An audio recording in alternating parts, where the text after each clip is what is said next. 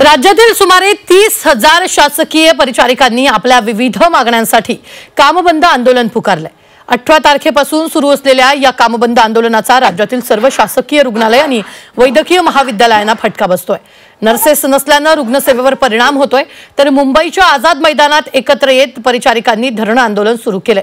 वेतन त्रुटी निवारण, नर्सिंग भत्ता, गणेश भत्ता यासह विविध मागण्यांसाठी हे आंदोलन सुरू आहे।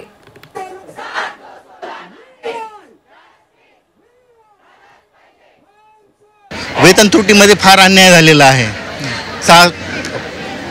फक्त अधिपरिचारिका, परिसेविका आणि पाठ्यनिर्देशक हे 3 केडर त्या वेतनवाढीतून सुटलेले आहेत।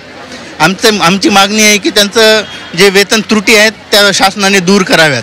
त्यानंतर वेगवेगळे भत्ते जे केंद्र शासनाला लागू आहेत ते महाराष्ट्रातील परिचारिकांना मिळावेत अशी आमची मागणी आहे।